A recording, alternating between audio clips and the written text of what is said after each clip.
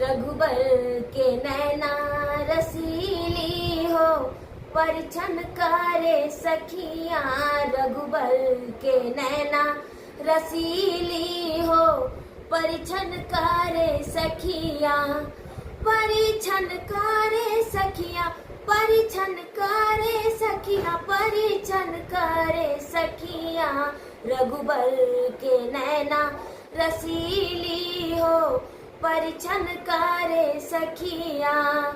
अक्षत चंदन कपूर के बाती, अक्षत चंदन कपूर के बाती।